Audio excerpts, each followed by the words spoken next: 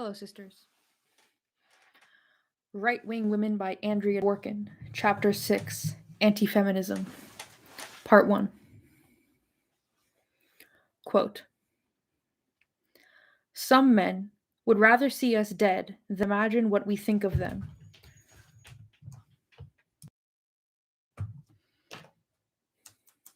Going.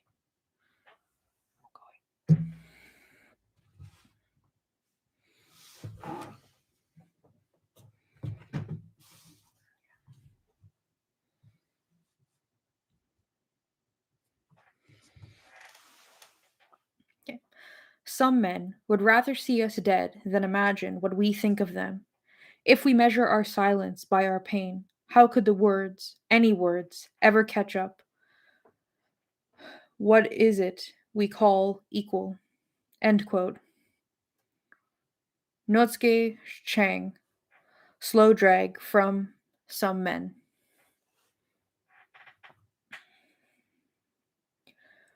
Feminism is a much hated political philosophy. This is true all along the male defined, recognizable political spectrum from far right to far left.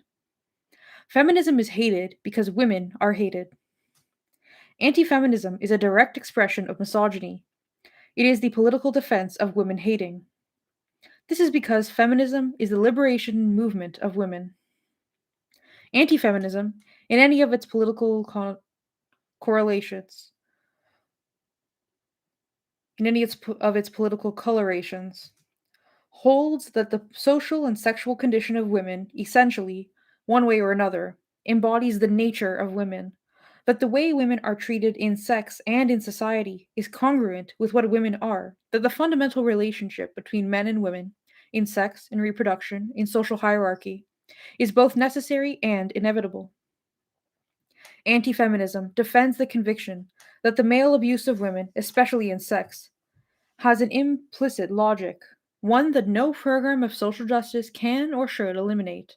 That because the male use of women originates in the distinct and opposite natures of each, which converge in what is called quote unquote sex, women are not abused when used as women, but merely used for what they are by men as men. It is admitted that there are excesses of male sadism, committed by deranged individuals, for instance. But, in general, the massive degradation of women is not seen to violate the nature of women as such. For instance, a man's nature would be violated if anybody forcibly penetrated his body. A woman's nature is not violated by the same event, even though she may have been hurt. A man's nature would not provoke anyone to forcibly penetrate his body. A woman's nature does provoke such penetration, and even injury is no proof that she did not want the penetration, or even the injury itself, since it is her nature as a woman to desire being forcibly penetrated and forcibly hurt. Conservatively estimated in the United States, a woman is raped every 3 minutes.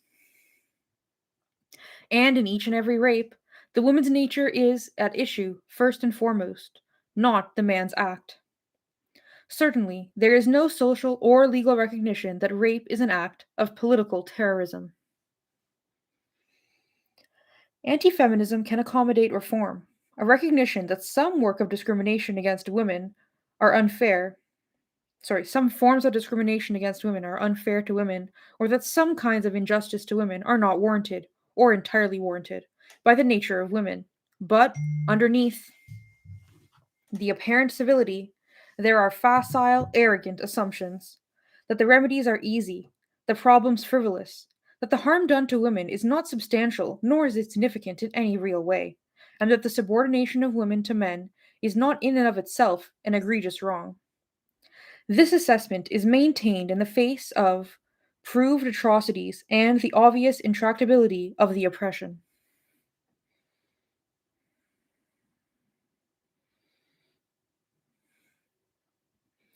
Anti feminism is always an expression of hating women.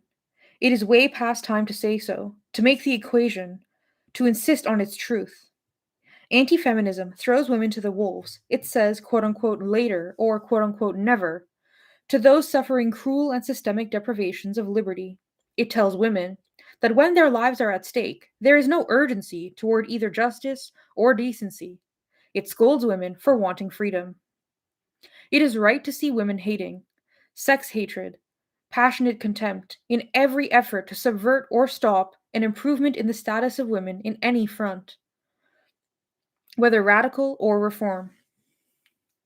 It is right to see contempt for women in any effort to subvert or stop any move on the part of women toward economic or sexual independence, toward civil or legal equality, toward self determination. Anti feminism is the politics of contempt for women as a class. This is true when the anti feminism is expressed in opposition to the Equal Rights Amendment, or to the right to abortion on demand, or to procedures against sexual harassment, or to shelters for battered women, or to reforms in rape laws. This is true whether the opposition is from the Heritage Foundation, the Moral Majority, the Eagle Forum, the American Civil Liberties Union, the Communist Party, the Democrats, or the Republicans.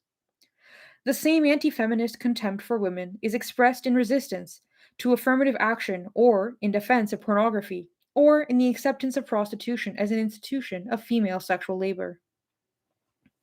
If one sees that women are being systematically exploited and abused, then the defense of anything, the acceptance of anything, that promotes or continues that exploitation or abuse expresses a hatred of women, a contempt for their freedom and dignity, and an effort to impede legislative, social, and economic initiatives that would improve the status of women, however radical or reformist those measures are, is an expression of that same contempt. One simply cannot be both for and against the exploitation of women, for it when it brings pleasure, against it in the abstract, for it when it brings profit, against it in principle, for it when no one is looking, against it when someone who might notice is around.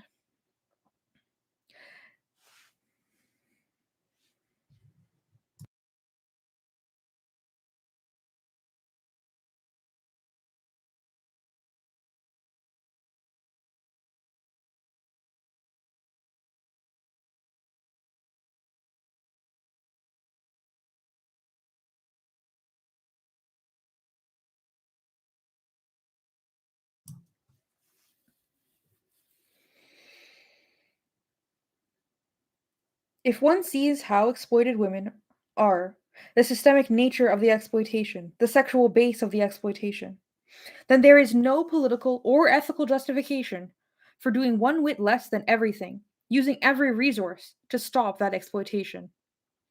Anti feminism has been the cover for outright bigotry, and it has been the vehicle of outright bigotry.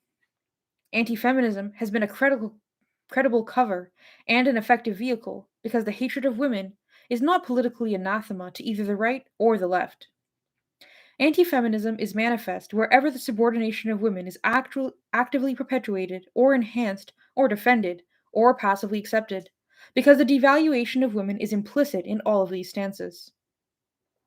Women hating and anti feminism, however aggressive or restrained the expression, are empirical synonyms, inseparable, often indistinguishable, often interchangeable, and any acceptance of that exploitation of women in any area, for any reason, in any style, is both, means both, and promotes both.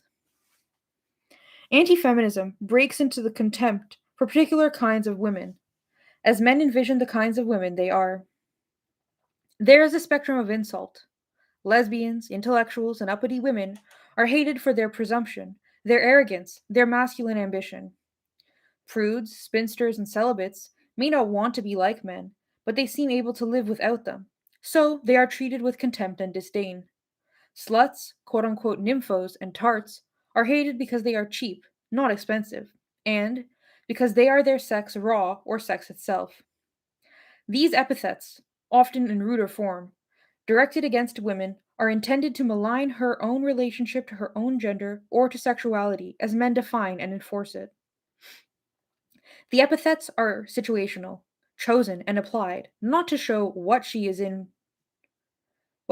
her essential self, but to intimidate her in a particular situation.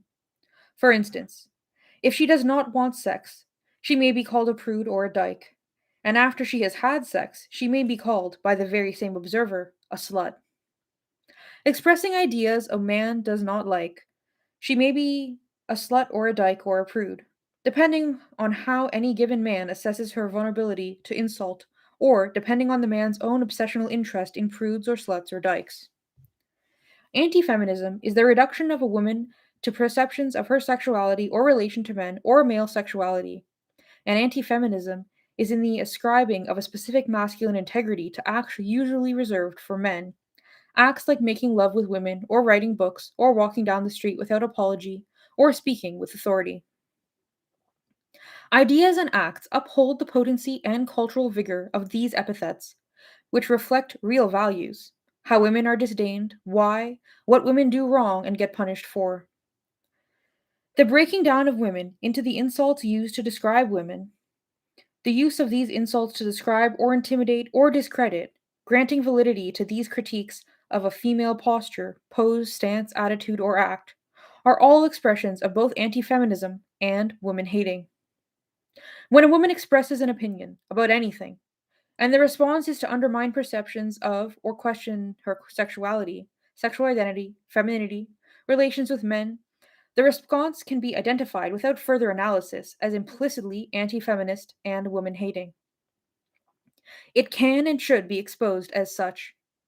Anti feminism as a strategy for subverting what credibility women can muster runs the gamut from subtle innuendos to overt hostility, all of which is designed to remind the woman herself and those listening to her that she is, after all, only a woman, and a defective one at that. The woman hating implicit in the anti feminism is designed to humiliate the woman so that she feels the humiliation and so that those listening can see her being humiliated and feel it. Raising and manipulating antagonistic feelings toward a woman because she is a woman, using her sex and sexuality, reminding her and those around her of what she is and what she is for, are the same as raising and manipulating racist antagonisms against a black in a white supremacist context. The response to the underlying of her sex, so as to impugn her credibility, should not rest on whether or not one agrees with the woman about whatever issue. The response should be a response to the anti feminism and the misogyny being used against her. It is way past time to recognize, to say, to confront the fact that women are isolated and destroyed by the ways in which epithets discredit them. The epithets are symbolic reminders of what she is reduced to, not human, woman, that lower thing. The epithets are accusations that remind the accused of her place as a woman and some alleged violation of its boundaries. Women fear epithets because they are warnings, threats, proof that a woman has made a wrong step in her relationship to the world around her, proof that a man or men have noticed her and are angry with her. Women fear these epithets because women fear the anger of men. That anger is the substance of both anti feminism and misogyny. The epithet is a weapon, whether hurled or delivered in a sulky or measured tone. The epithet is inevitably an act of hostility used in a spirit of vengeance. Calling a woman a name temporarily brands her. It molds social perceptions of her in a way that upholds her social inferiority. It frequently comes before the fist or before the fuck, and so women learn to associate it with uses of themselves that they abhor, hostile uses of themselves, and it frequently comes as he hits, as he fucks. The epithet degrades a woman by degrading her sex, sexuality, and personal integrity. It expresses a serious, not a frivolous, hatred, the hatred of women, a serious hatred with serious consequences to those against whom it is directed. Epithets as sex based insults are like machine gun rounds, fired off, bringing down whatever gets hit, anything female around. The hints of these sex based insults, shadowed references to them, evocations of them, are used with persistence and skill in the public devaluing of women, in hating women and in the politics of contempt for women, in common discourse and in cultural discourse. Every time this use of a lexicon of hatred passes unremarked, every time the hate is expressed and there is no visible rebellion, no discernible resistance, some part of the women to whom it happens dies, and some part of any woman who watches dies too. Each time the use of such an epithet or its evocation passes without retaliation, something in women dies. Each time slut, dyke, prude is used to keep women intimidated, and each time its use is not repudiated, the repudiation cannot rest on whether or not the accusation is in any sense accurate, only on its use. Anti-feminism has stepped on another female life and crushed some part of it. Women hating has humiliated and hurt another woman or woman again. Each time an honorable word, like lesbian, is used as a weapon of insult, or some honorable act, like a woman having sex because she wants to with a lover or lovers of her choice, it is used as a weapon of insult, or some honorable choice, like being celibate, is used as a weapon of insult. The women who are and who do and who choose are irrevocably hurt and diminished. The answer is not as simple as losing one's fear of the words themselves, whether they apply or not, because any woman would be a fool not to be afraid of what is behind the words. Behind the words is the man who uses them and the power of his whole class over the women against whom they are used.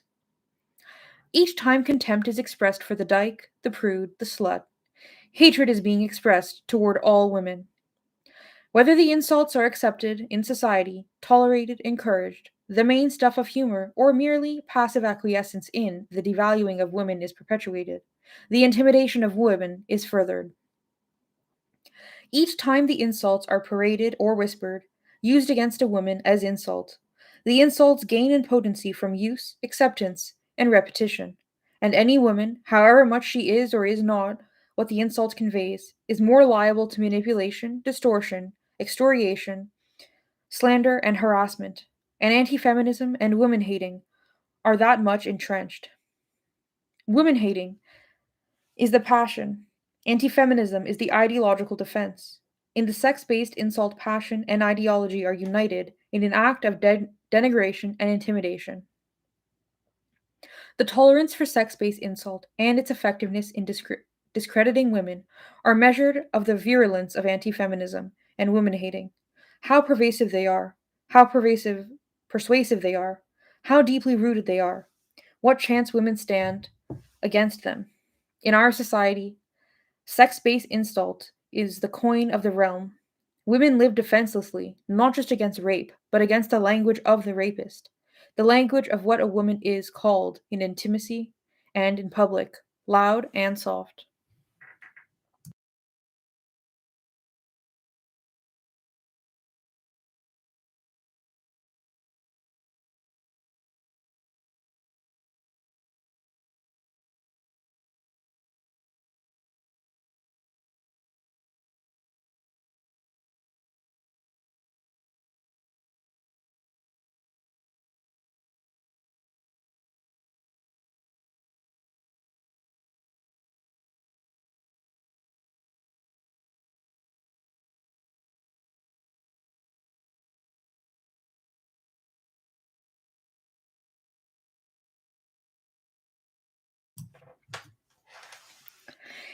Anti-feminism is also articulated through social models, of which there are three of continuing major importance: the separate but equal model, the woman superior model, and the trusty, familiar, male dominated model. The use of the separate but equal model is particularly cynical in the United States, where that model applied to race was the foundation for systemic racial segregation enforced by police power. Equality was always a chimera or a lie. Separation was real. The model held that social institutions could be reasonably and fairly constructed on the basis of biology, for instance, race or skin color. What made separation necessary, the presumed inferiority of one of the biologically defined groups, made equality impossible. The idea of separation and the institutions of separation derived from the social inequality of such astonishing magnitude and crass cruelty that separation in idea or practice essentially denied that blacks had a human nature in common with whites or any common human standing. The separate but equal model itself originates in the conviction that men and women could not stand in common human ground. The model originates in the effort to justify the subordination of women to men and in the justification to perpetuate that subordination. By positing male and female natures so biologically different as to require social separation, socially antithetical paths, social life bifurcated by sex so that there are two cultures, one male, one female, coexisting in the same society. The separate but equal model applied to sex predate, predated the variation of the model applied to race. With respect to sex, the separate but equal model held that women and men were destined by biology for different social spheres. The spheres were separated but equal, which made the man and the woman separate but equal. The sphere of the woman was the home, the sphere of the man was the world. They were separate but equal domains. The woman was supposed to bear and raise the children. The man was supposed to impregnate her and support them. These were separate but equal duties. The woman had female capacities. She was intuitive, emotional, tender, charming. In woman, a capacity to arouse or entrap, not an attribute. The man had male capacities. He was logical, reasoning, strong, powerful, as a capacity and relative to the woman. These were separate but equal capacities. The woman was supposed to do domestic labor, the precise nature of which was determined by her husband's social class. The man was supposed to do labor in the world for money, power, recognition, according to his social class. This was separate but equal labor.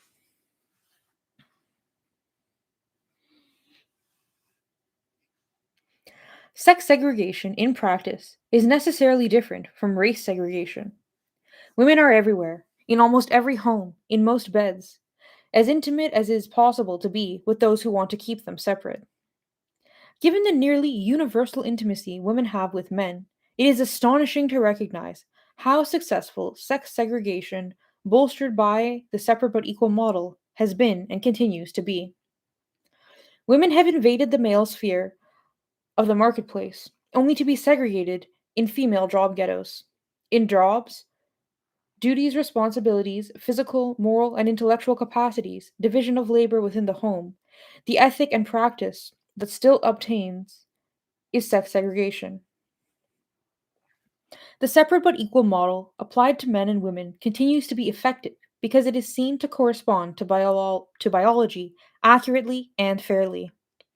The model has credibility because the sexual subordination of women to men is seen to be in the nature of things and a logical premise of social organization, a biological reality that is properly reiterated in social institutions, civil prerogatives, and sex segregated obligations. The model is perceived as fair because in it, men and women are kept biologically separate, discrete, socially separate, discrete, and they are declared equal because each is doing equally what is appropriate to their sex. Separation is seen to be the only real vehicle of equality for women. The notion that women competing with men, not limited to a female sphere, could never achieve social or economic or sexual equality because of their nature, which in all of these areas would simply be inferior to male nature. Females are inferior, however, only because they have left the female sphere, which in itself is equal, not inferior.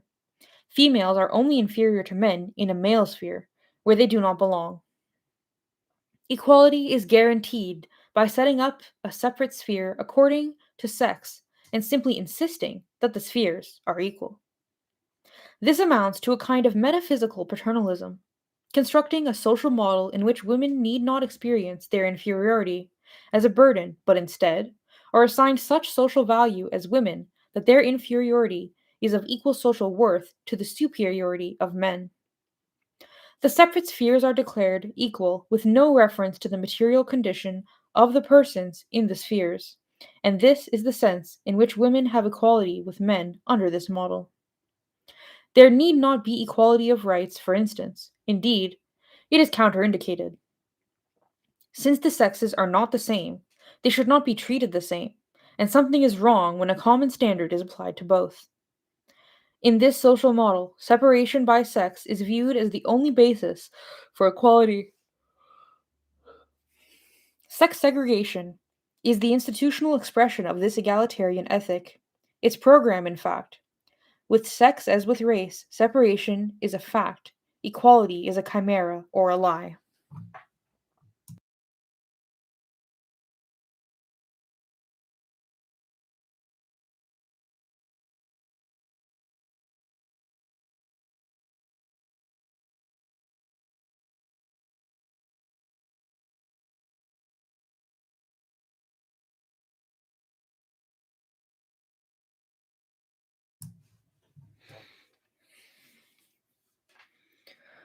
The woman's superior model of anti feminism is found in two apparently opposing realms, the spiritual and the sexual. In the spiritual realm, the woman is superior to the male by definition. He worships her because she is good. Her sex makes her moral or gives her the responsibility for a morality that is sex specific. Being female, she is higher, by nature, closer to some abstract conception of good. She is credited with moral sensibility that men are hard put to match. But then they are not expected to try. She is ethereal, she floats. Her moral nature lifts her up. She gravitates toward that which is pure, chaste, and tasteful. She has an instinctive, sex based knowledge of what is good and right. Her moral sensibility is unfailingly benign, always an influence toward the good. Her sex class business includes the business of being virtuous. A strange assignment by sex, since the Latin root of the word virtue means quote unquote strength or quote unquote manliness, which perhaps shows the futility of the project for her. This goodness of her sex is essentially based on a presumed chastity, a necessary chastity, of behavior but also of appetite. She, as a woman, is not supposed to know sexual desire. Men lust. As one who by her nature does not lust, she is the opposite of men. He is carnal, she is good. There is no notion of the female morality or of a woman's being good in the world that is not based largely on chastity as a moral value. The great female tragedies are stories of sexual falls. The tragic flaw in a female hero, Hardy's Test, or Tolstoy's Anna Karenina, is sexual desire. All the drama of a female life is in great or in banal works, basically replicates the biblical fall. Seduction, or rape, means knowledge, which is sexual desire. Sexual desire means descent into sin and inevitable punishment. As a cultural symbol, the good female is innocent, innocent of sex, innocent of knowledge, chaste in both ways.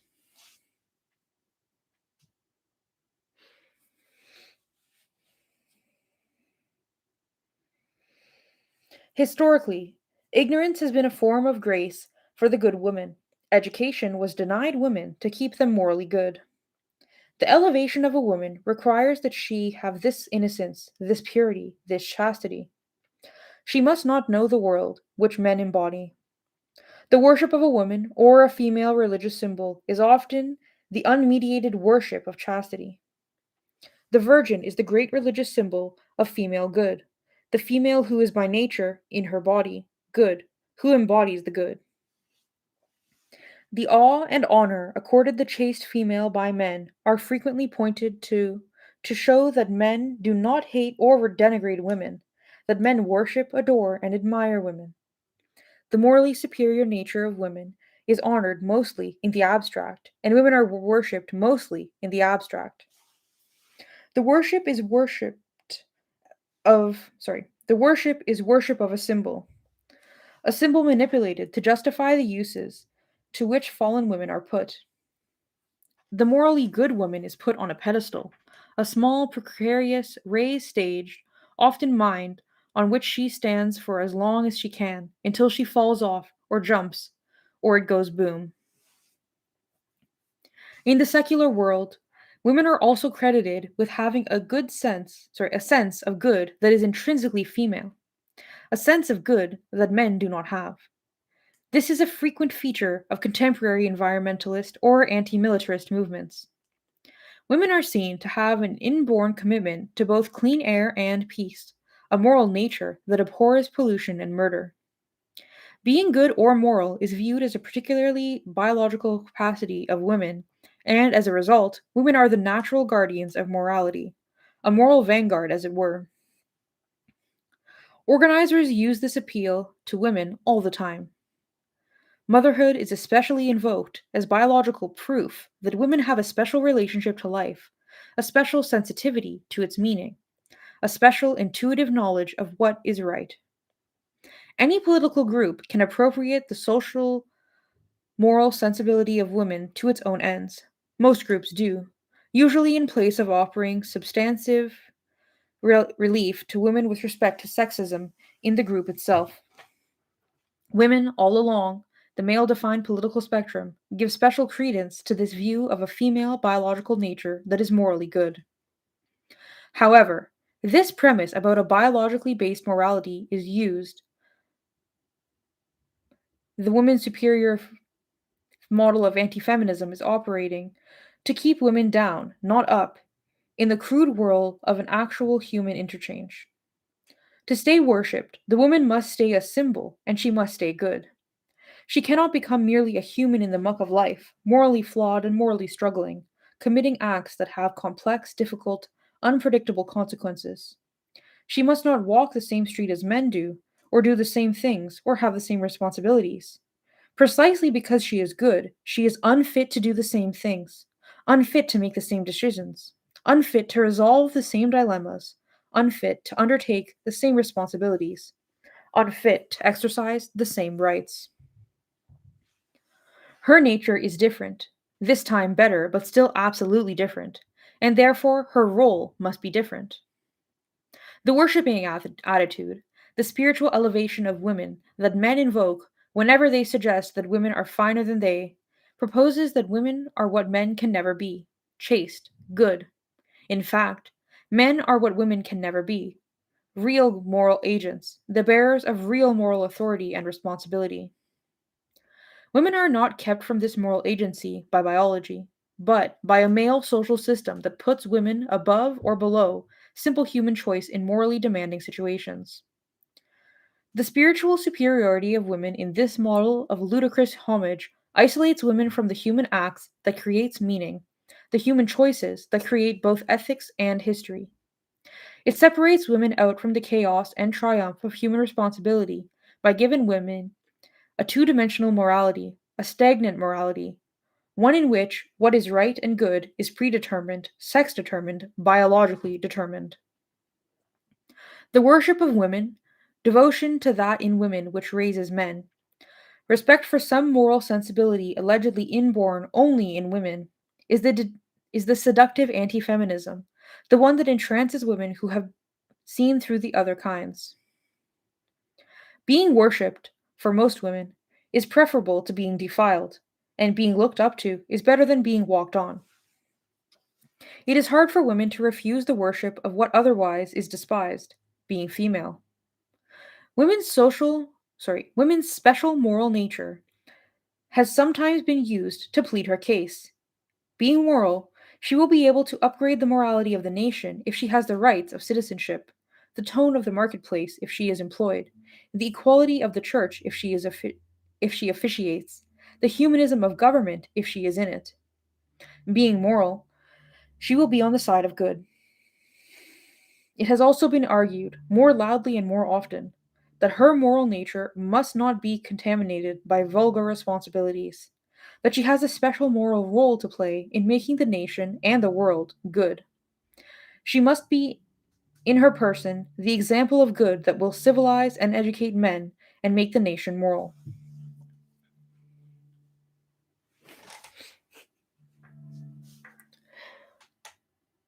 One cannot do what men do, not in government, not in the family, not even in religion, nor anywhere, and be an example of good. Quote, "It is the task of the possessive woman," end quote, wrote Phyllis Schlafly, quote, "to keep America good," end quote. Women keep America good by being good. Many women who hate Schlafly's politics would agree that women have a special moral responsibility, quote unquote, to keep America good. They have a different political program of good in mind and a different conception of women's rights, but their conception of a biologically determined morality in which women are better than men is no different. Anti-feminism allows for this sentimentality, encourages and exploits this self-indulgence. Liberation does not. As Frederick Douglass wrote over a century ago, quote, "We advocate women's rights not because she is an angel, but because she is a woman, having the same wants and being exposed to the same evils as men." End quote.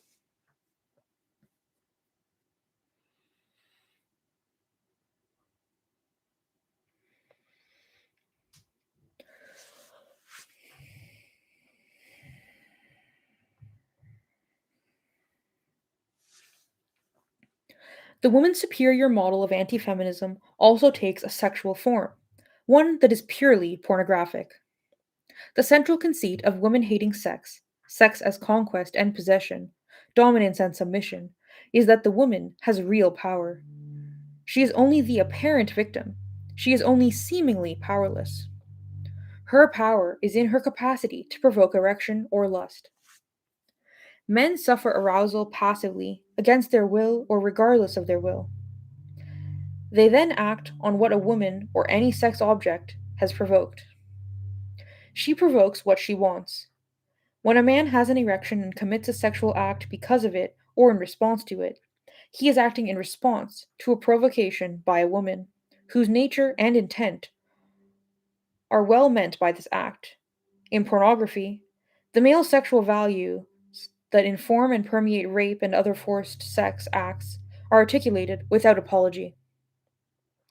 The genre insists that sex is conquest, that the woman who resists wants to be forced, hurt, brutalized, that the woman who wants sex gets pleasure from being used like a thing, from pain and humiliation. The genre insists that rape, battery, physical torture, bondage, capture, and imprisonment are things done to women because women provoke them, the way that women provoke erection, by being there, by being female.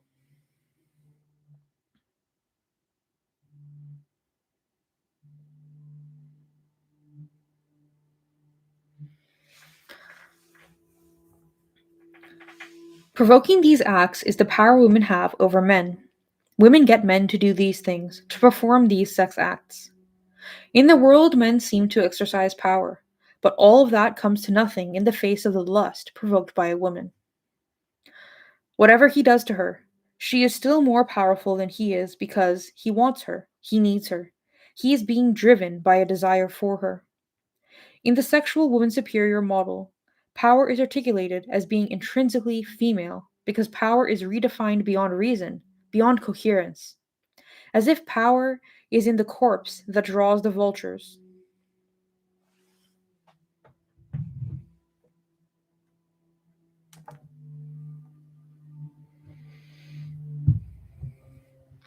Whatever he does to her, she is still more powerful than he is because he wants her, he needs her.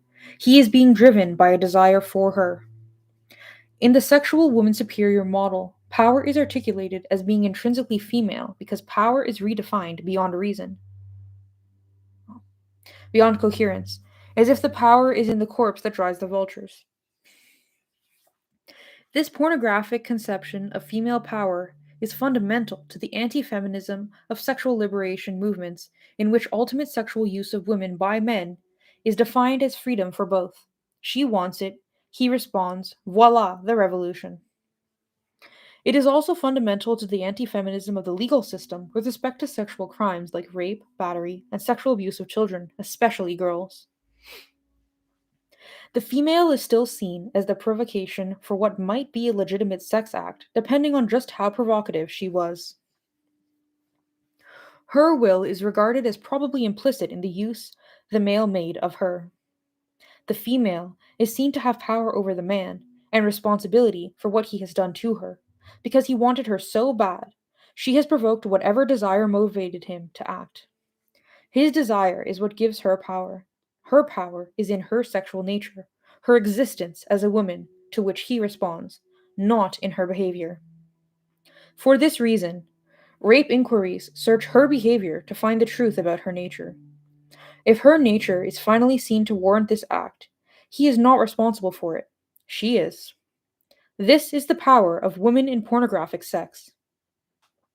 The apologies for this sexual system that claim that women are powerful because women are desired, in fact, that go so far as to insist that women are sex dominant and sex controlling, uphold this phantasmagoric female power, keeping women in real life powerless.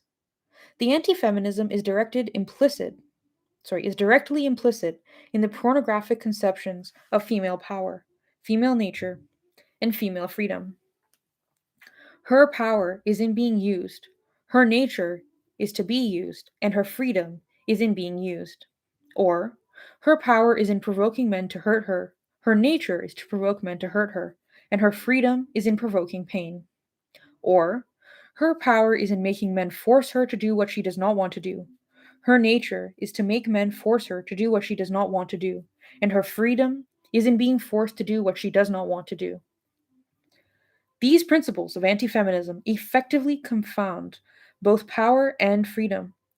The response in most women is to want neither. A woman's individual nature is more than confounded, it is frequently annihilated.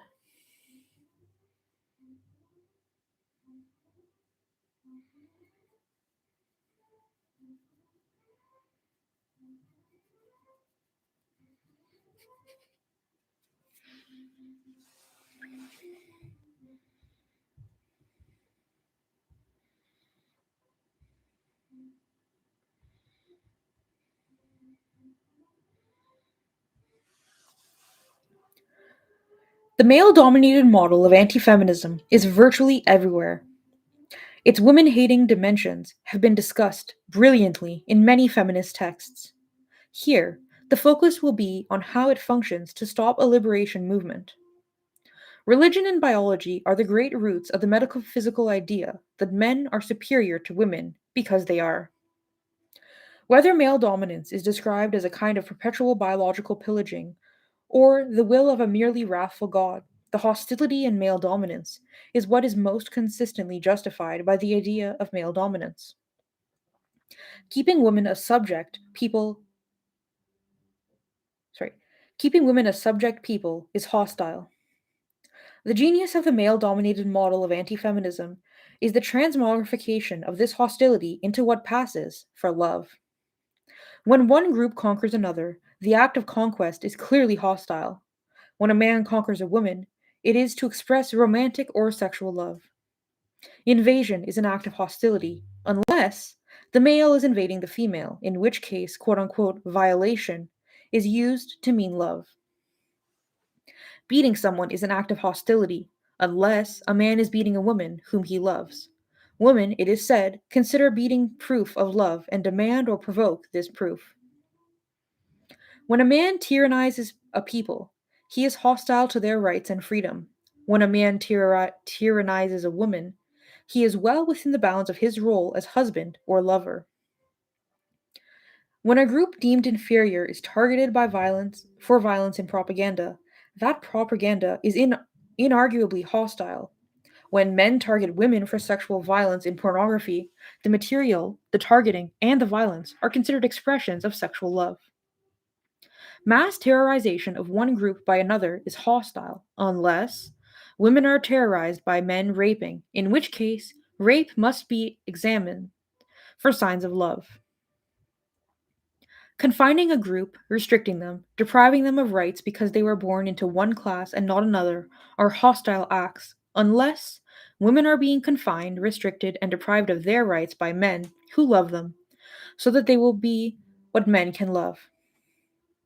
There is hostility in the world, which one recognizes as historical and social cruelty.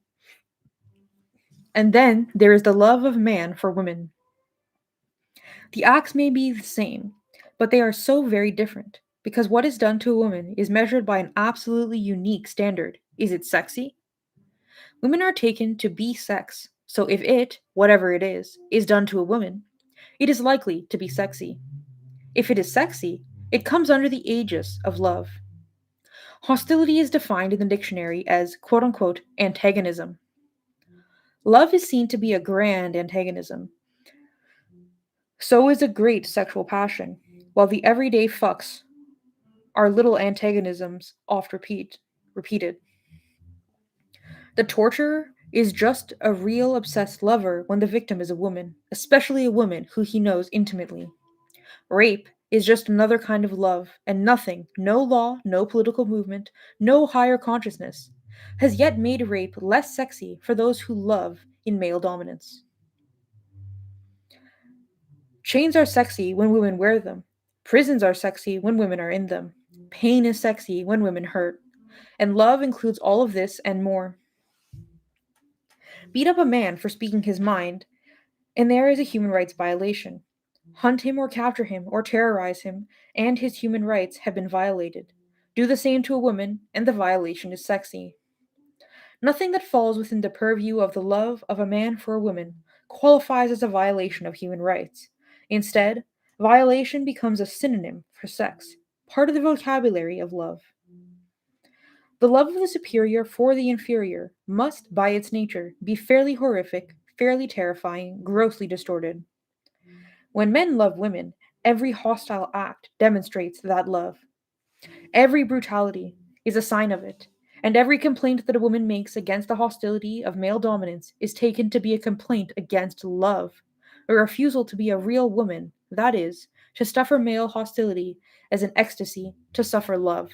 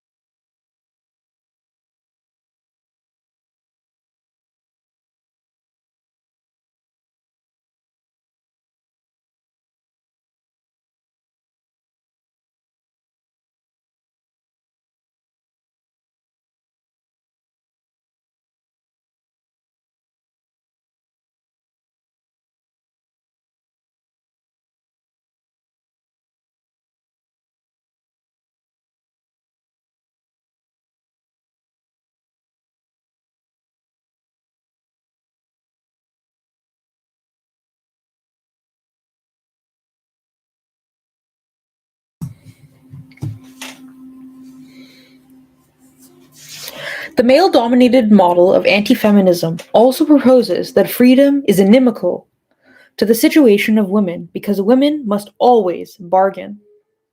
Since men are dominant, aggressive, controlling, powerful because of God or nature, the weak woman must always have something to trade to get the protection of these strong men. Either the woman is too weak to care for herself, or she is too weak to fend off men. In either case, she needs a male protector.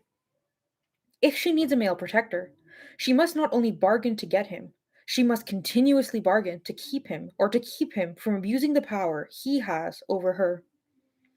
This compromises any possibility of self determination for her. The dependence of women on men, the inability of women to have and to manifest a self sustaining and self determining integrity, and the fundamental definition of a woman as a whore by nature are all established as being implicit in the biological relationship between men and women, implicit and unalterable. This feature of the male dominated model is unique to it. Neither the separate but equal model nor the women superior model puts women in a metaphysically defined, biologically determined relationship of prostitution to men.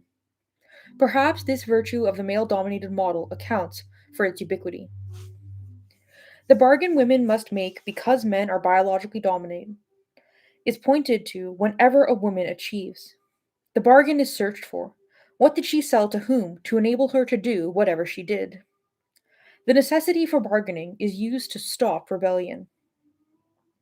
The bargain necessitated by his greater aggression, strength, and power is the principled reason for refuting the possibility of her claim to independence in this model of anti feminism. He is dominant. She must submit. Submission in the face of a greater strength, greater aggression, greater power, is unavoidable.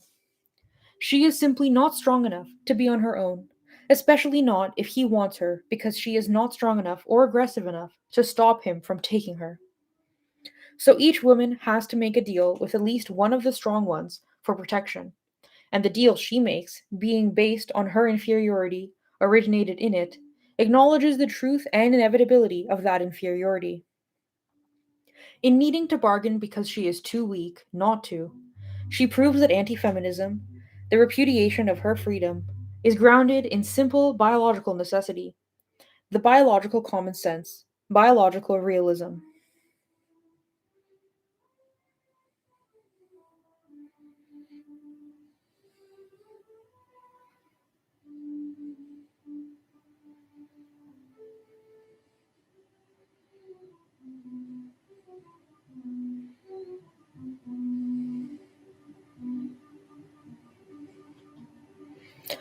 Because the male is presumed dominant by nature, by natural right, or divine will, he is supposed to have an exclusive authority in the realm of public power.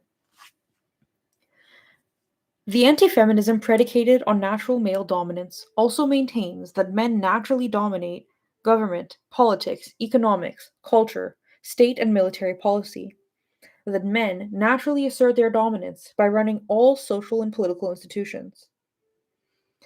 The token women here and there in no way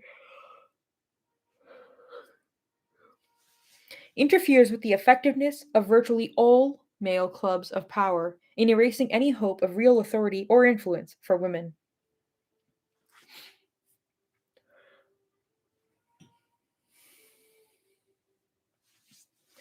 One woman on the Supreme Court, one woman in the Senate, a woman prime minister, an occasional woman head of state are not so much role models as rebukes of economically demoralized women who are supposed to accept the tokens of what they too could have been if only they themselves had been different, better, smarter, richer, prettier, not such schmiles, schlemels.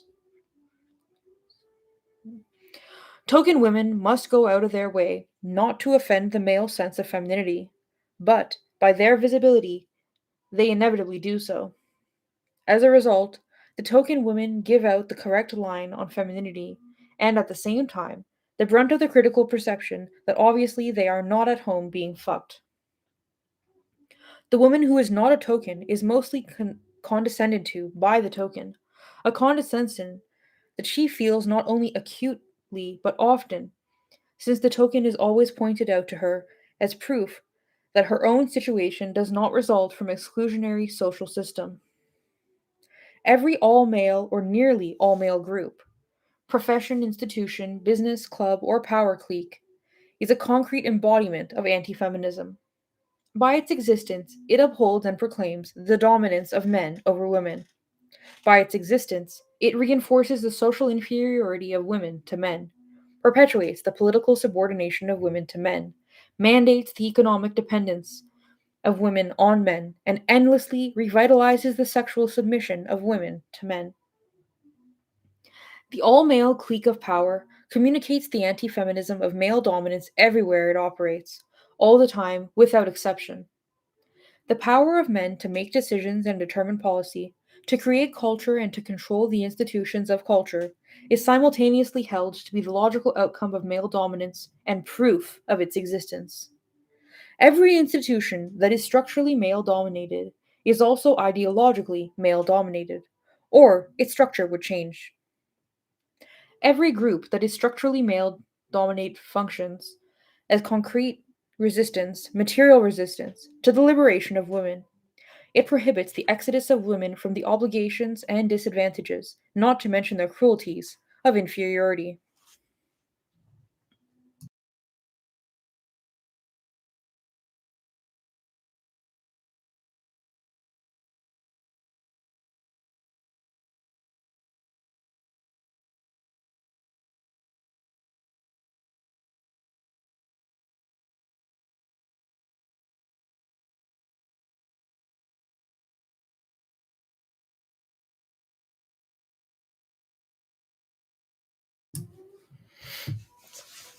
Any area that is virtually all male is hostile to women, to political rights, economic parity, and sexual self determination for women.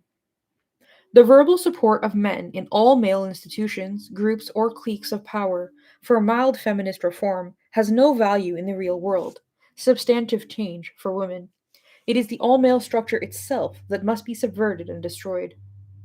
Male dominance and the anti feminism that defends it can only be repudiated by being ended. Those who construct it, by literally being the bricks of which it is built, cannot change it by merely disrupting it.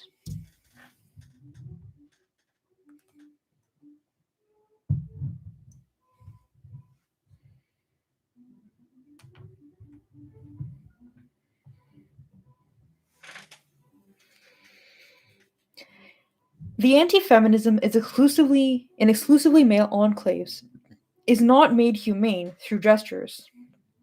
It is immune to modification through diplomatic goodwill. As long as a road is closed to women, it is closed to women. And that means that women cannot take that road, however nicely the men on it suggest they would not mind. The road is not only a road to power or independence or equity, it is often the only road away from tremendous abuse.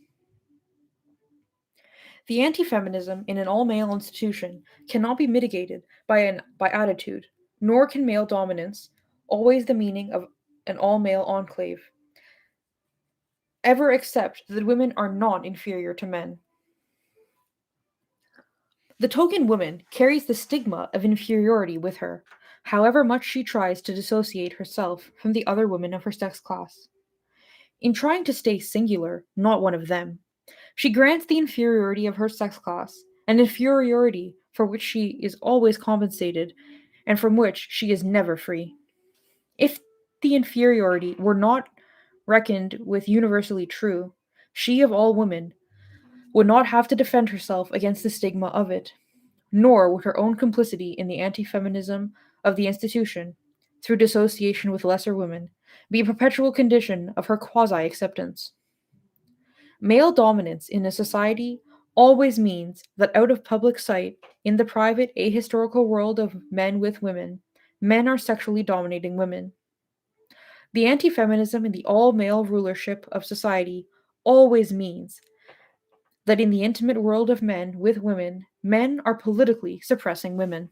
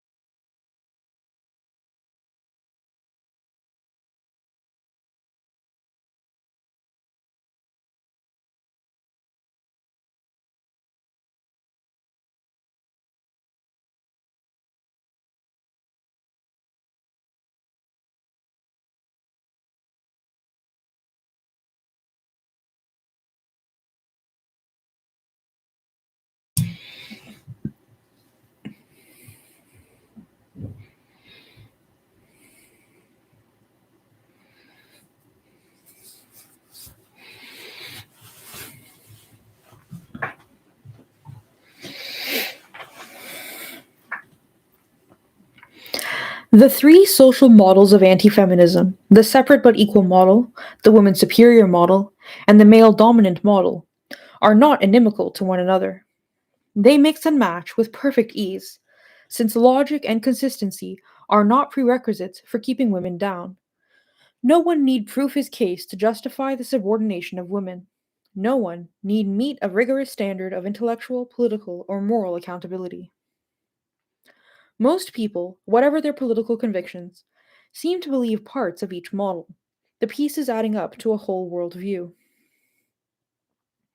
Fragmented philosophical and ideological justifications for the subordination of women exist in a material context in which women are subordinated to women. The subordination is self justifying, since power subordinates and power justifies. Power both serves and consoles itself. Separate but equal, woman superior and male dominant anti feminism can even be used sequentially as one whole argument for the practice of male supremacy. Men and women have different capacities and different areas of responsibility according to sex, but their functions and attributes are of equal importance. Women are morally superior to men, a different capacity, a different area of responsibility, except when they provoke lust, in which case they have real power over men. The biological dominance of men over women is A, counterbalanced by the real sexual power of women over men, in which case each has separate but equal powers, or B, proved in that women are too good to be as aggressive and as rudely dominant as men, or C, naturally fair and naturally reasonable because natural submission is the natural complement to natural dominance. And dominance and submission are separate but equal spheres, submission marketing the woman as morally superior unless the submission is sexually provocative, in which case her sex gives her different but equal power. Either this is true or it is not. Either the arguments of anti feminism, one by one, or the whole lot, are true or they are not. Either there are separate but equal spheres or there are not. Either women are morally better than men or they are not. Either women have sexual power over men simply by being women or they do not. Either provoking lust is power or it is not. Either men are dominant by nature or will of God or they are not. Anti feminism says all this is true. Feminism says it is not. The so called feminism that says some of it is true and some of it is not cannot combat anti feminism because it has incorporated it. Anti feminism proposes two standards for rights and responsibilities, two standards determined strictly by and applied strictly to sex. Feminism, as the liberation movement of women, proposes one absolute standard of human dignity, invisible by sex. In this sense, feminism does propose, and anti feminists accuse, that men and women be treated the same. Feminism is a radical stance against double standards in rights and responsibilities, and feminism is a revolutionary advocacy of a single standard of human freedom. To achieve a single standard of human freedom and one absolute standard of human dignity, the sex class system has to be dismembered. The reason is pragmatic, not philosophical. Nothing less will work. However much everyone wants to do less, less will not free women. Liberal men and women ask, why can't we just be ourselves, all human beings? Begin now and not dwell in the past injustices. Wouldn't that subvert the sex class system? Change it from the inside out? The answer is no. The sex class system has a structure. It has deep roots in religion and culture. It is fundamental to the economy. Sexuality is its is its creature.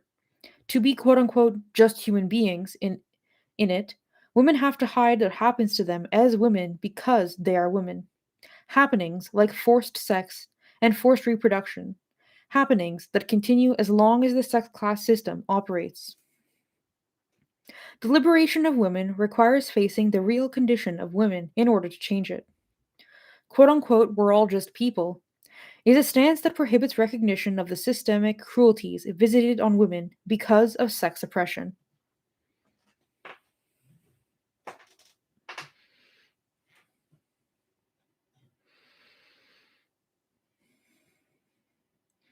Feminism as a liberation movement, then, demands a revolutionary single standard of what human beings have a right to, and also demands that the current sexual bifurcation of rights never be let out of sight. Anti feminism does the opposite. It insists that there is a double standard of what humans have a right to, a male standard and a female standard.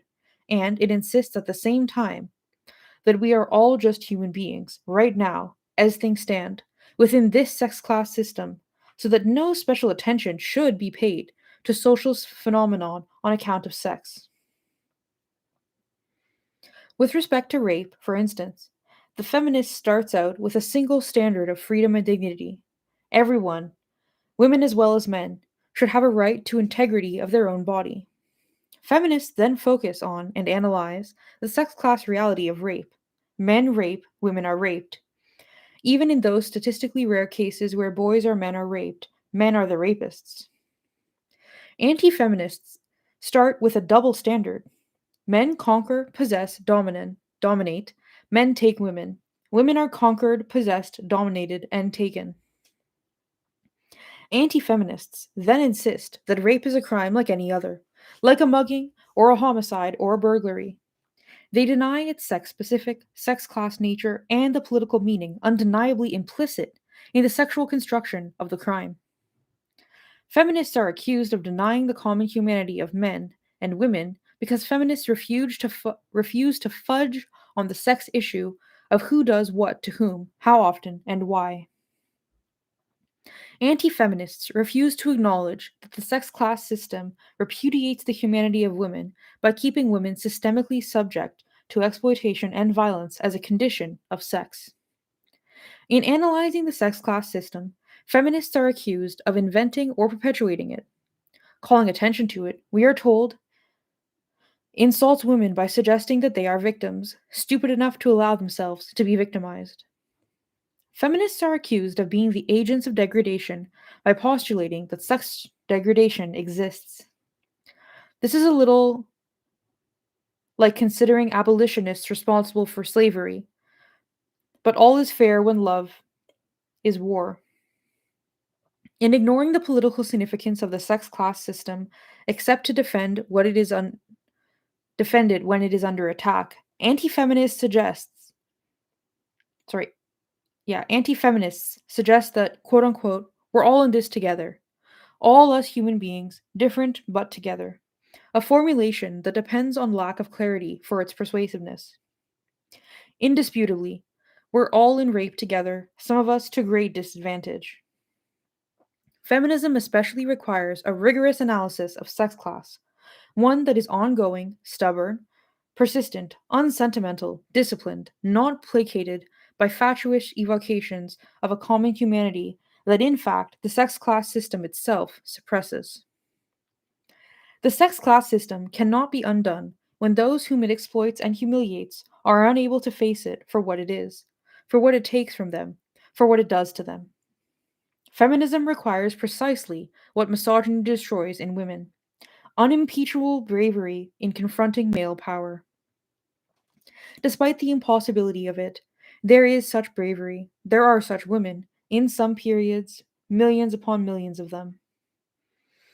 If male supremacy survives every effort of women to overthrow it, it will not be because of biology or God, nor will it be because of the force and power of men per se. It will be because the will to liberation was contaminated, undermined, rendered ineffectual and meaningless by anti feminism, by specious concepts of equality based on an evasion of what the sex class system really is.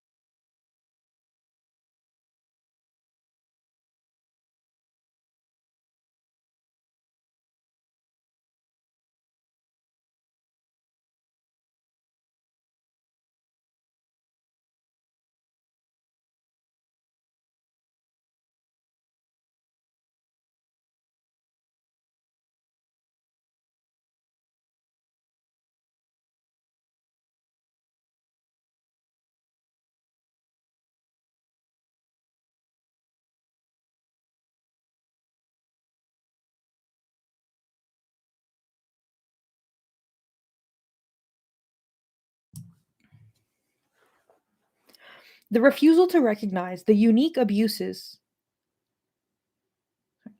The refusal to recognize the intrinsic despotism of the sex class system means that that despotism is inevitably incorporated into reform models of that same system. In this, anti feminism triumphs over the will to liberation.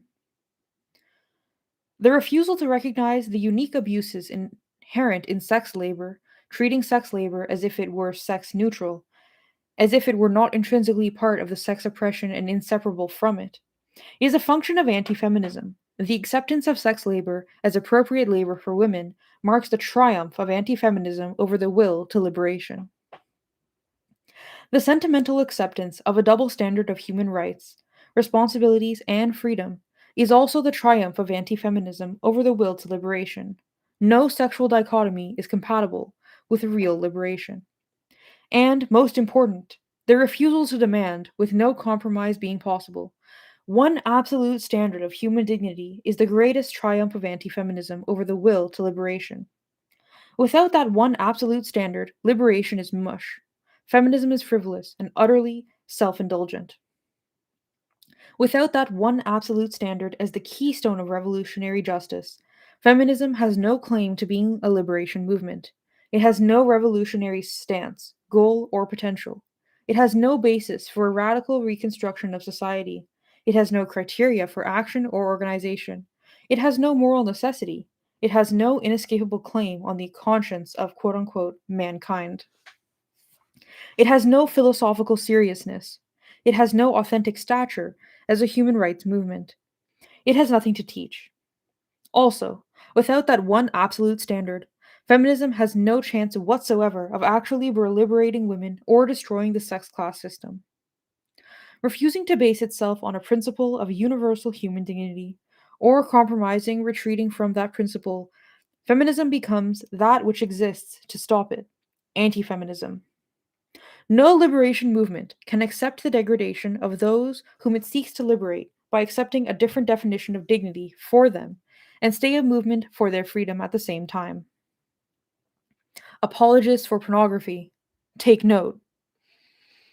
A universal standard of human dignity is the only principle that completely repudiates sex class exploitation and also propels all of us into a future where the fundamental political question is the quality of life for all human beings. Are women being subordinated to men? There is insufficient dignity in that.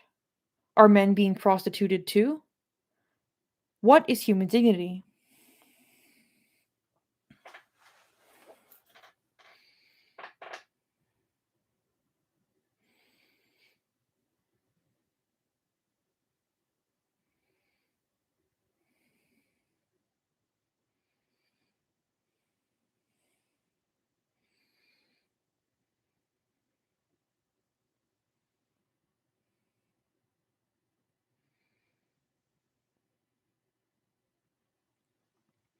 Two elements constitute the discipline of feminism: political, ideological, and strategic confrontation with the sex class system, with sex hierarchy and sex segregation, and a single standard of human dignity.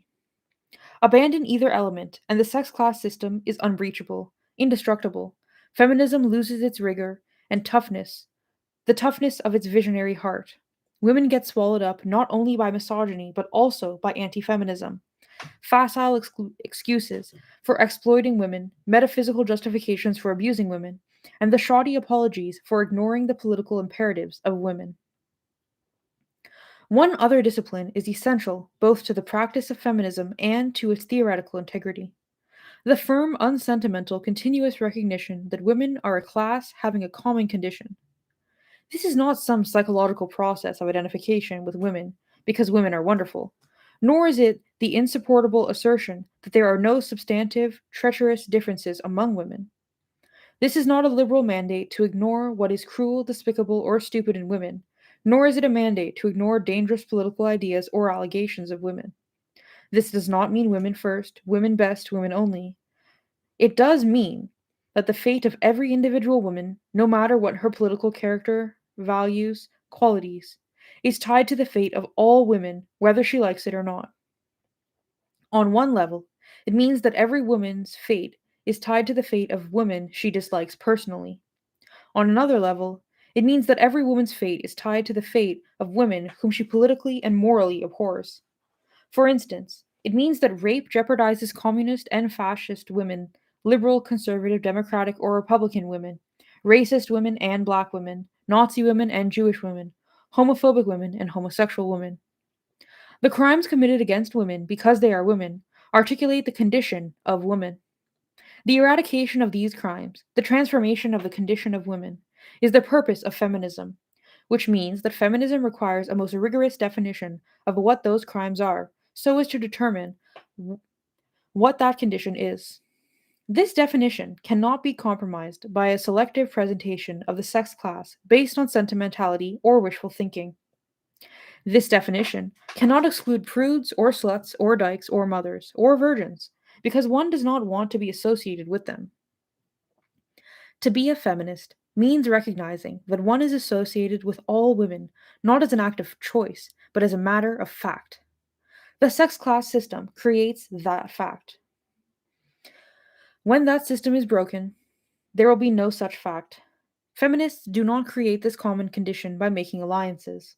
Feminists recognize this common condition because it exists as an intrinsic part of sex oppression. The fundamental knowledge that women are a class having a common condition, that the fate of one woman is tied substantively to the fate of all women, toughens feminist theory and practice. The fundamental knowledge is an almost unbearable test of seriousness. There is no real feminism that does not have at its heart the tempering principle of sex class consciousness, knowing that women share a common condition as a class, like it or not.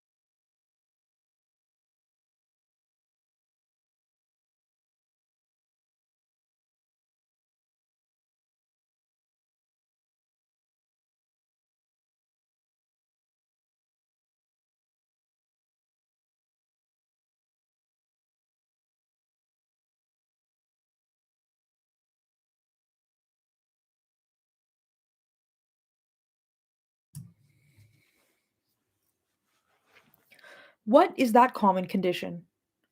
Subordinate to men, sexually colonized in a sexual system of dominance and submission, denied rights on the basis of sex, historically chattel, generally considered biologically inferior, confined to sex and reproduction. This is the general description of the social environment in which all women live. But what is the real map of that environment? Which crimes create that topography? Drawing 1 shows the basic condition of women, a lateral view of the female bottom of sexual hierarchy.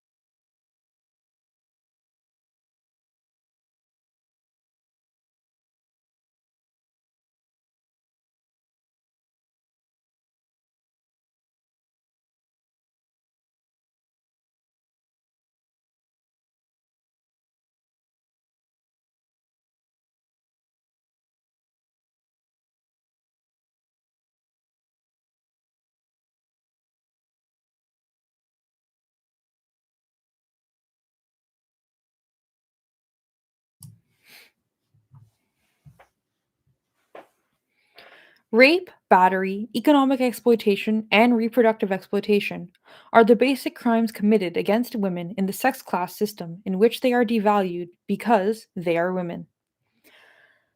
The crimes are points on a circle because it is a closed system, from nowhere to nowhere.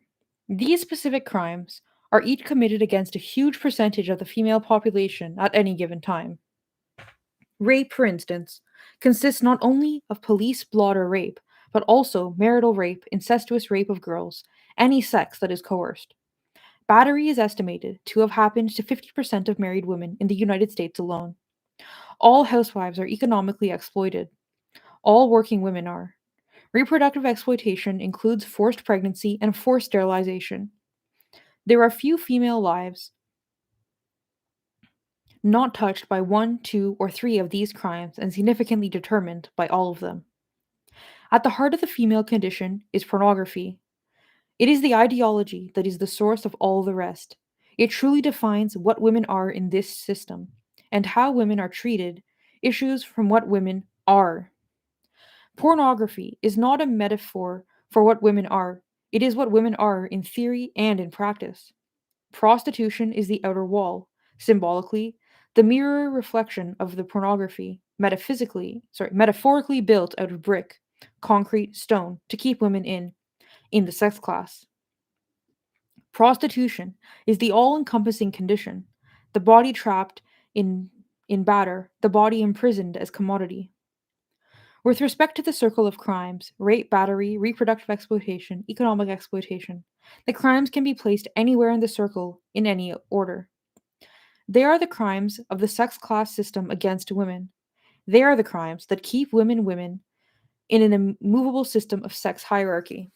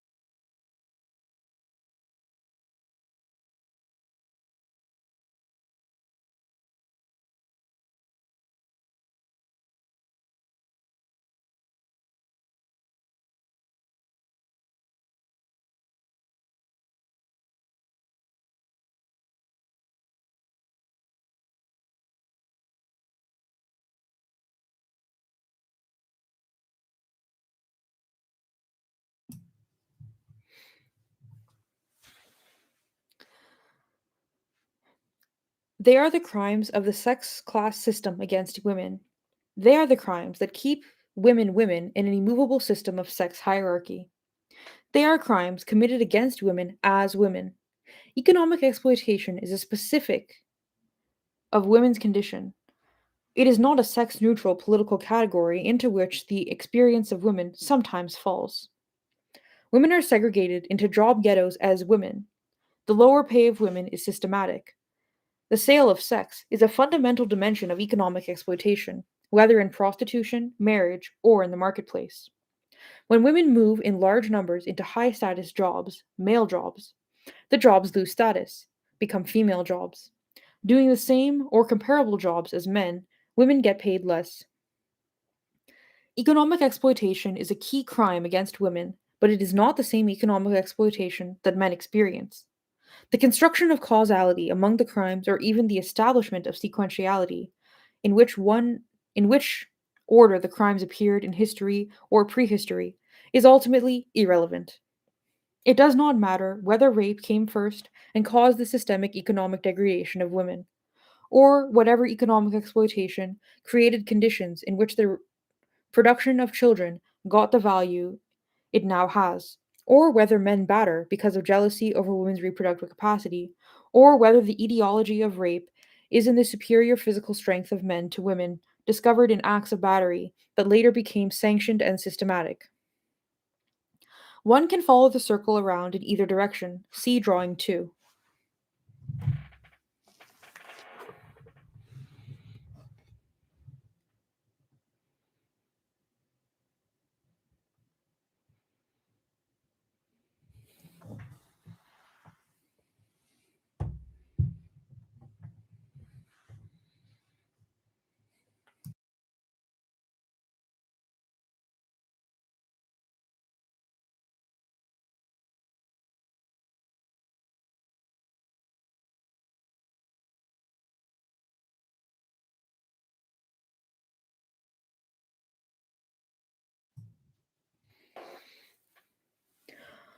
One can follow the circles around in either direction, see drawing 2, and construct marvelous theories of causality and sequentiality, most of which are plausible and interesting, and one can try to prioritize the political importance of the crimes. But what must matter now is is the condition of women now.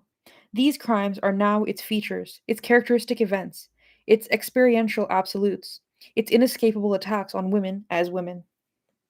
These crimes are real, systematic, and define the condition of women. The relationships between them do not matter so much as the fact that they are facts, equal, essential, basic facts.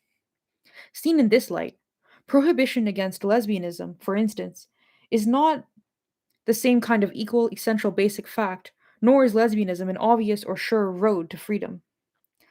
Lesbianism is a transgression of rules, an affront, but its prohibition is not a basic constituent part of sex oppression, and its expression does not substantively breach or transform sex oppression. There is no state of being or act of will, including lesbianism, that changes the circle. There is no state of being or act of will that protects women from the basic crimes against women as women, or puts any woman outside the possibility of suffering these crimes. Great wealth does not put a woman outside the circle of crimes. Neither does racial supremacy in a racist social system, or a good job, or a terrific heterosexual relationship with a wonderful man, or the most liberated, by our standard, sex life, or living with women in a commune in a pasture. The circle of crimes is also not changed by how one feels about it. One can decide to ignore it, or one can decide it does not apply for any number of reasons, emotional, intellectual, or practical. Nevertheless, it is there and it applies.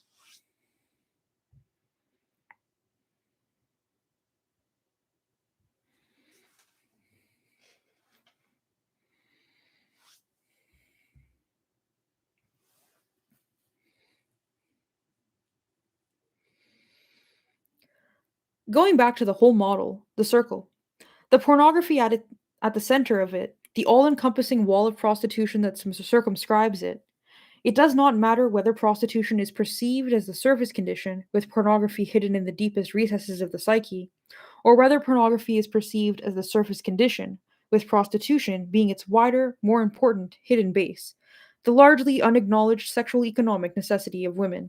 See drawings 3 and 4.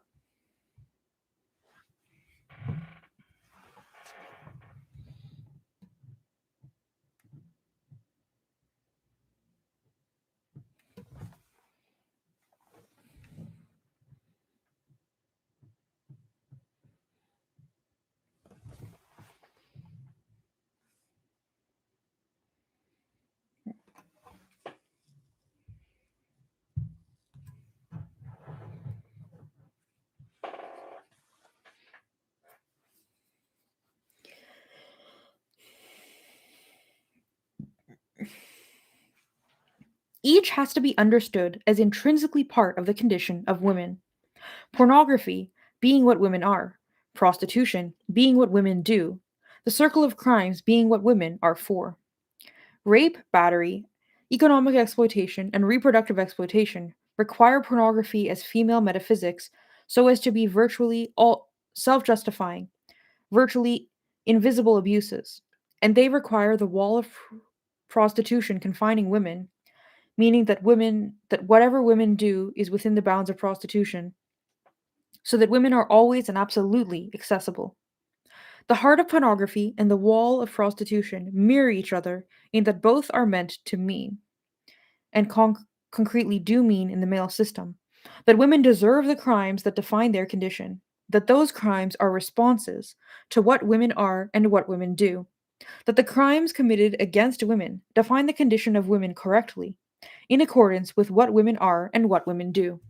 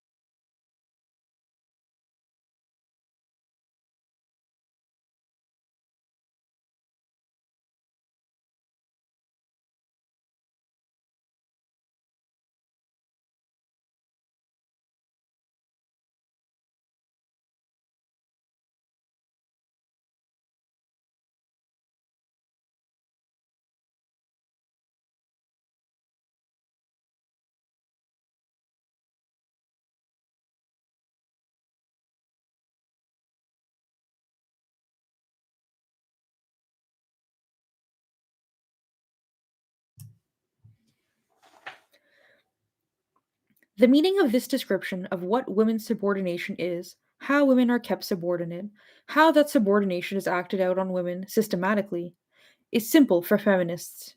Break up the break the circle up, breaking down the wall, annihilating the system's heart, are what we must do. The meaning for anti-feminists is also simple. Whatever strengthens or revitalizes any aspect of the model is of great practical value in keeping women subordinate. Anti feminists can disagree strategically, for instance, on whether pornography should be public or private, without disagreeing in principle on what is necessary to keep women encapsulated in subjection. The use of pornography, its cultural and psychic centrality, whether it is public or private, the use of women as pornography in public and in private. But one cannot be a feminist and support any element of this model. There are no exceptions. No civil liberties lawyers or liberals or sympathetic men or so called feminists who indulge in using the label but evade the substance. Anti feminist politics come in many guises, but a vivid memory of what the condition of women is, what crimes articulate it, what is at its heart, what is the impenetrable boundary beyond which women do not pass, provides a standard for discerning anti feminism in any political stance.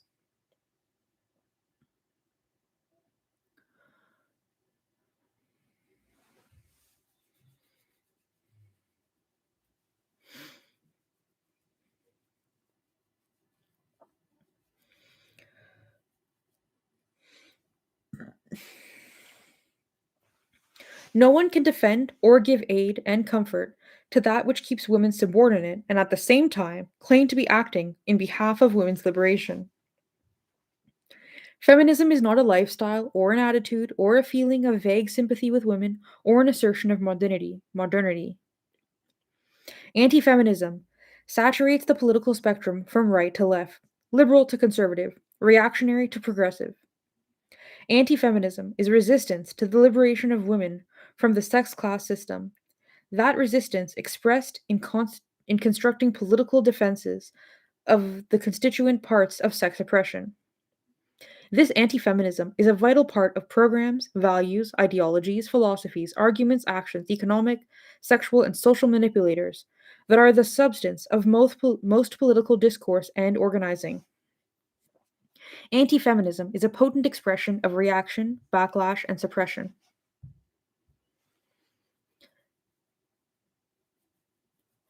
It is a proteon. It is easy, popular, and always fashionable in one form or another. Anti-feminism is also operating whenever any political group is ready to sacrifice one group of women, one faction, some kinds of women, to any element of sex class oppression, to pornography, to rape, to battery, to economic exploitation, to reproductive exploitation, to prostitution. There are women all along the male defined political spectrum, including on both extreme ends of it, ready to sacrifice some women, usually not themselves, to the brothels or to the farms.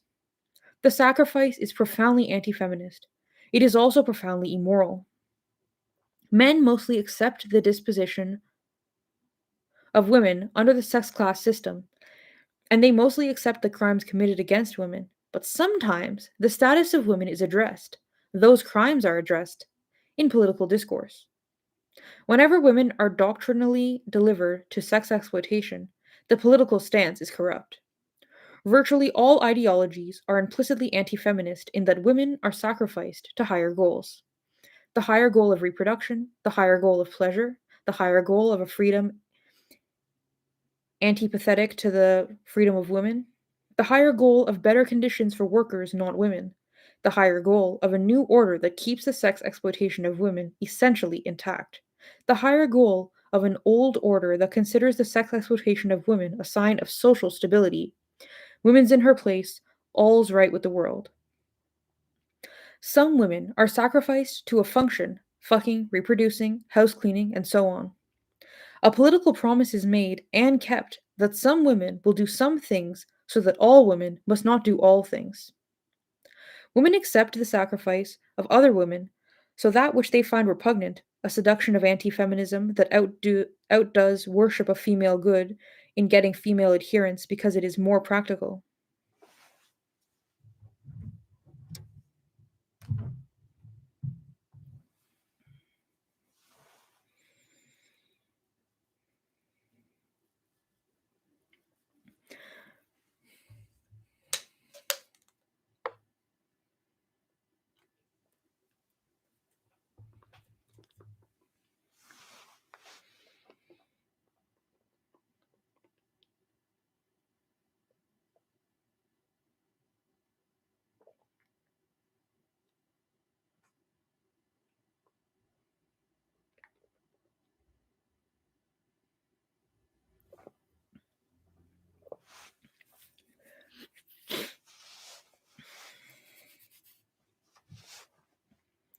Men all along the political spectrum manipulate this seduction with great skill.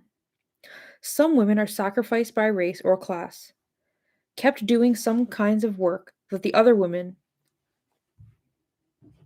will then not have to do.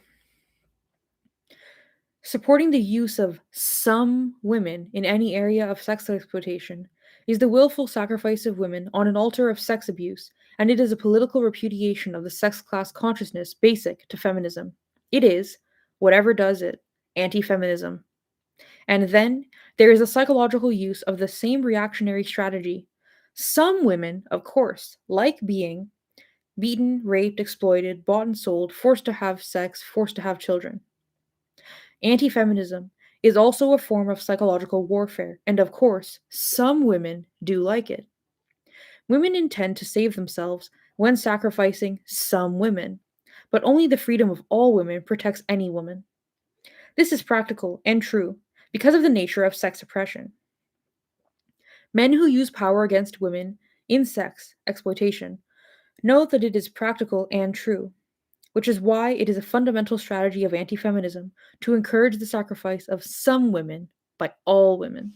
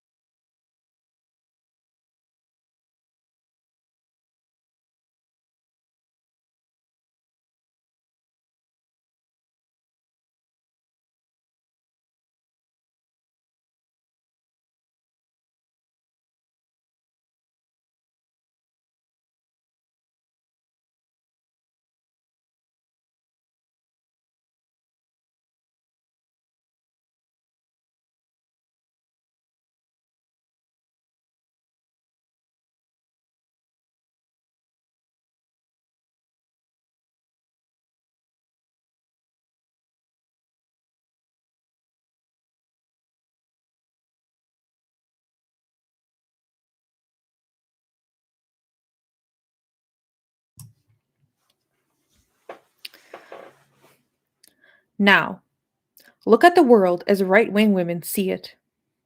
They live in the same world as all women, a world of sex segregation and sex hierarchy, a world defined by the crimes of rape, battery, economic and reproductive exploitation, a world circumscribed by prostitution, a world in which they too are pornography. They see the system of sex oppression, about which they are not stupid, as closed and unalterable. It is unchangeable to them, whether they take as their authority God or man. If sex oppression is real, absolute, unchanging, inevitable, then the views of right wing women are more logical than not. Marriage is supposed to protect them from rape. Being kept at home is supposed to protect them from the caste like economic exploitation of the marketplace. Reproduction gives them what value and respect they have, and so they must increase the value of reproduction, even if it means increasing their own vulnerability to reproductive exploitation, especially forced pregnancy. Religious marriage, traditional, correct, law abiding marriage, is supposed to protect against battery, since the wife is supposed to be cherished and respected.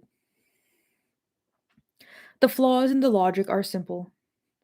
The home is the most dangerous place for a woman to be, the place she is most likely to be murdered, raped, beaten. Certainly, the place she is robbed of the value of her labor. What right wing women do to survive, the sex class system does not mean that they will survive it. If they get killed, it will most likely be at the hands of their husbands. If they get raped, the rapist will most likely be their husbands, or men who are friends or acquaintances. If they get beaten, the batterer will most likely be their husbands. Perhaps 25% of those who are beaten will be beaten during pregnancy. If they do not have any money of their own, they are more vulnerable to abuse from their husbands, less able to escape, less able to protect their children from incestuous assault. If abortion becomes illegal, they will still have abortions, and they are likely to die or be maimed in great numbers. Note: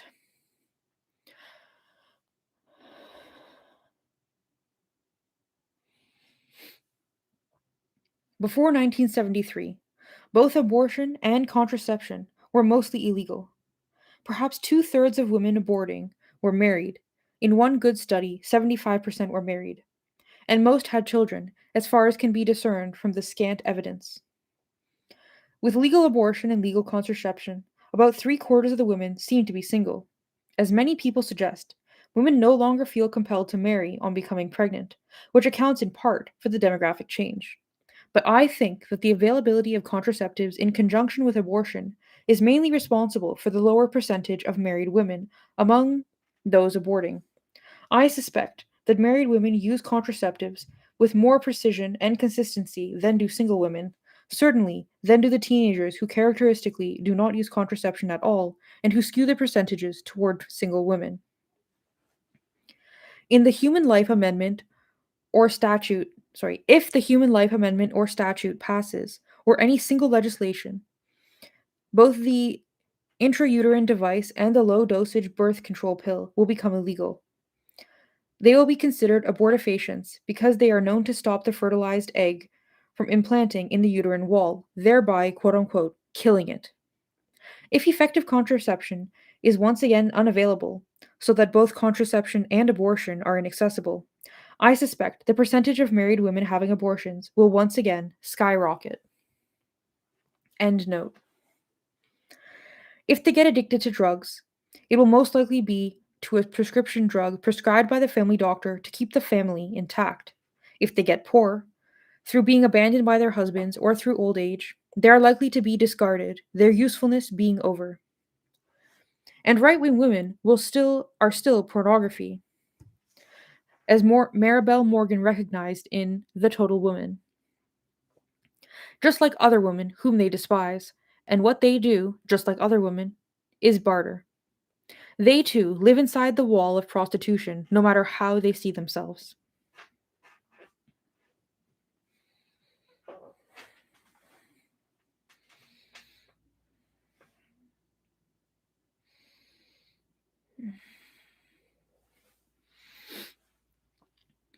More than anything else, It is the anti feminism that convinces right wing women that the system of sex segregation and sex hierarchy is immovable, unbreachable, and inevitable.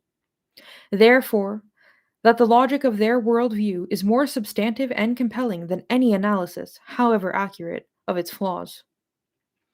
It is not the anti feminism of the right specifically that keeps the allegiance of these women.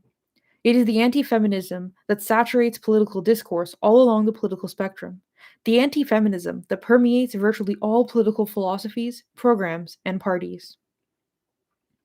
Anti feminism is not a form of political reaction and suppression confined to the far right. If it were, women would have compelling reason for moving away from the far right toward philosophies, programs, and parties not fundamentally anti feminist. Women would also have good reason to see sex class oppression as transformable, not absolute and eternal. It is the pervasiveness of anti feminism, its ubiquity, that establishes for women that they have no way out of the sex class system. The anti feminism of left, right, and center fixes the power of the right over women, gives the huge majority of women over to the right, over to social conservatism, economic conservatism, religious conservatism, over to conforming to the dictates of authority and power, over to sexual compliance, over to obedience. Because as long as the sex class system is intact, huge numbers of women will believe that the right offers them the best deal, the highest reproductive value, the best protection against sexual aggression, the best economic security as the economic dependence of men who must provide, the most reliable protection against battery, the most respect. Left and centrist philosophies, programs, and parties tend to vicious condescension with respect to women's rights. They lie.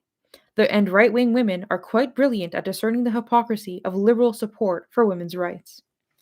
Right wing women do not buy the partial truths and cynical lies that constitute the positions of various liberal and so called radical groups on women's rights. They see anti feminism, though they call it simply hypocrisy. They are outraged by it.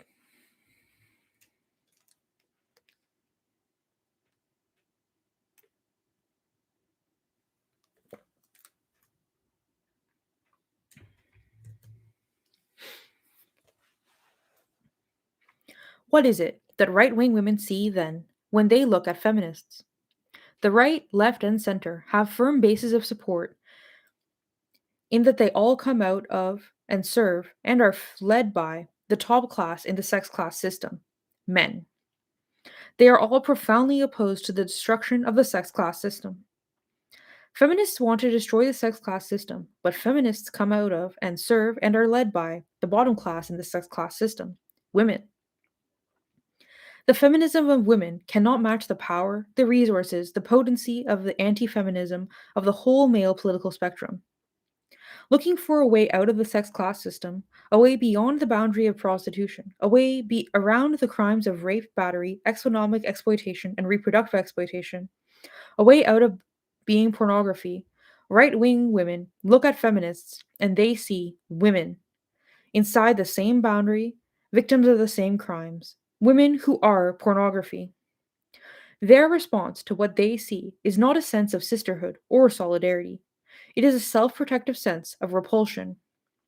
The powerless are not quick to put faith in the powerless. The powerless need to be powerful, especially in the sex oppression, especially in sex oppression, because it is inescapable everywhere. There are no free zones, free countries, underground railways away from it. Because feminism is a movement for liberation of the powerless by the powerless in a closed system based on their powerlessness, right wing women judge it a futile movement. Frequently, they also judge it a malicious movement in that it jeopardizes the bargain with power that they can make. Feminism calls into question for the men confronted by it the sincerity of women who conform without political resistance. Since anti feminism is based in power, the class power of the men along the whole political spectrum, and feminism is based in powerlessness. Anti feminism effectively turns feminism into a political dead end.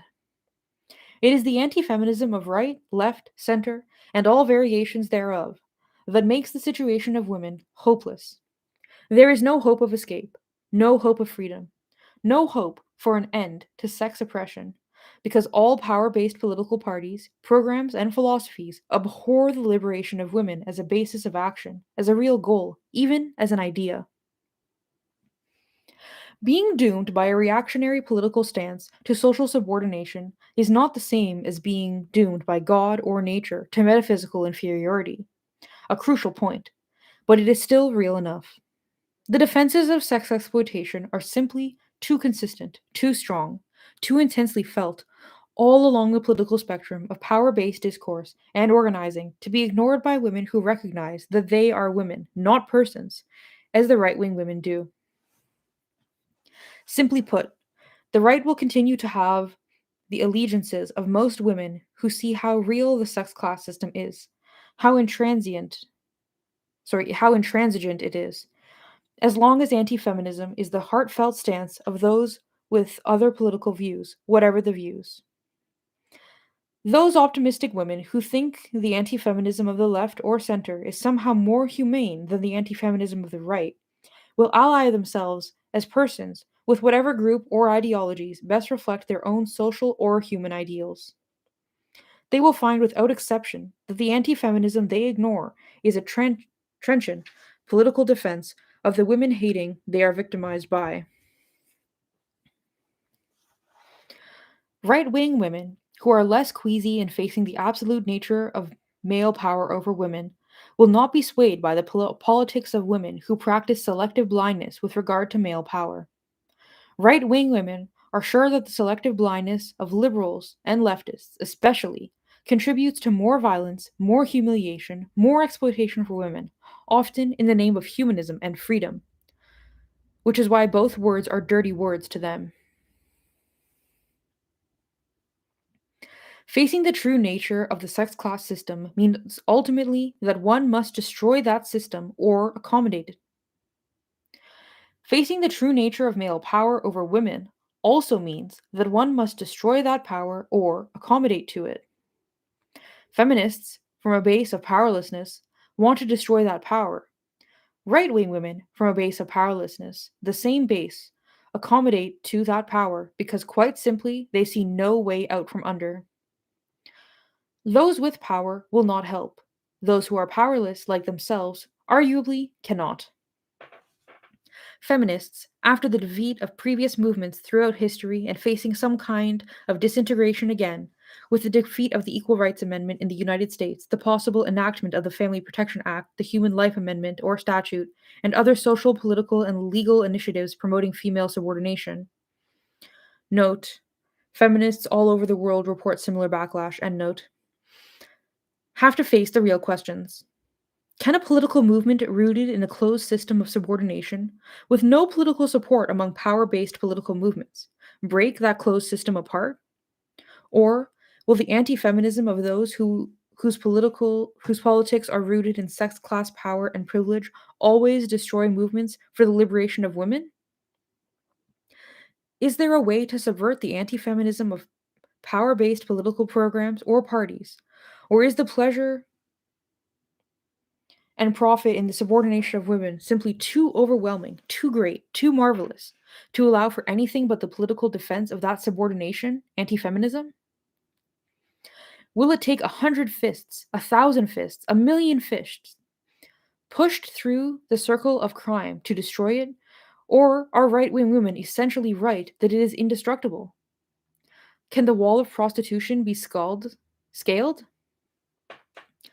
Can what is at the heart of sex oppression, the use of women as pornography as what women are, be stopped?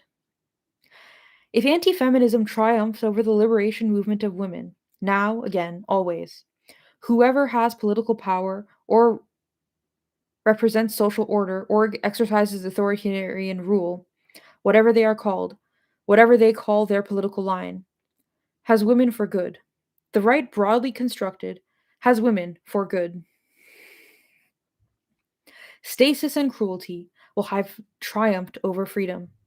The freedom of women from sex oppression either matters or it does not.